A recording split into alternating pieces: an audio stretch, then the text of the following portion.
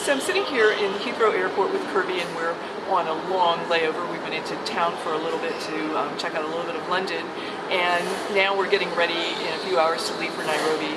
And so it's all becoming real because we're going to be on the ground in another 15 hours or so, and then we're going to have to start thinking a little bit about what we're doing in Kenya. And as we've been preparing for this trip and over the last few days, of course, all the worries of is this going to work out and what's going to go wrong if anything goes wrong, and all of those things come to mind. And part of it is that right now I don't really know if Kirby has a room at the Pan-African. I'm not really sure that the students had rooms on the first day that they arrive, and one of our site organizers has not returned my emails in the past month.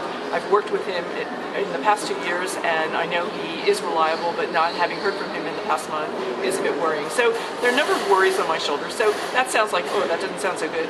But the other side of this is that every year there are all of these different kinds of unknowns. I usually call the first weekend that we're there Chaos Weekend, because we often think we have all kinds of things in place, and then we meet with our partners and it turns out what they thought we needed and what we wanted are two different things, and all of a sudden we scramble the entire weekend. At the end of the weekend, everything is in place the way it's supposed to be. So one of the things I've learned about working in Africa, and I think it's probably a good life lesson, is that you can do all the planning that you want, but you also have to be flexible. You have to be able to go with the flow, and you have to not let that frazzle you. And that's something that I've certainly tried to tell the students as we've been preparing, because they often ask very specific questions and want very specific answers, and Africa is not black and white. And that's one of the things that I like so much about it. It's more Africa time, meaning that you stay in the present, you work in the present, and if something's going to be happening 3 weeks from now, you don't need to worry about it today.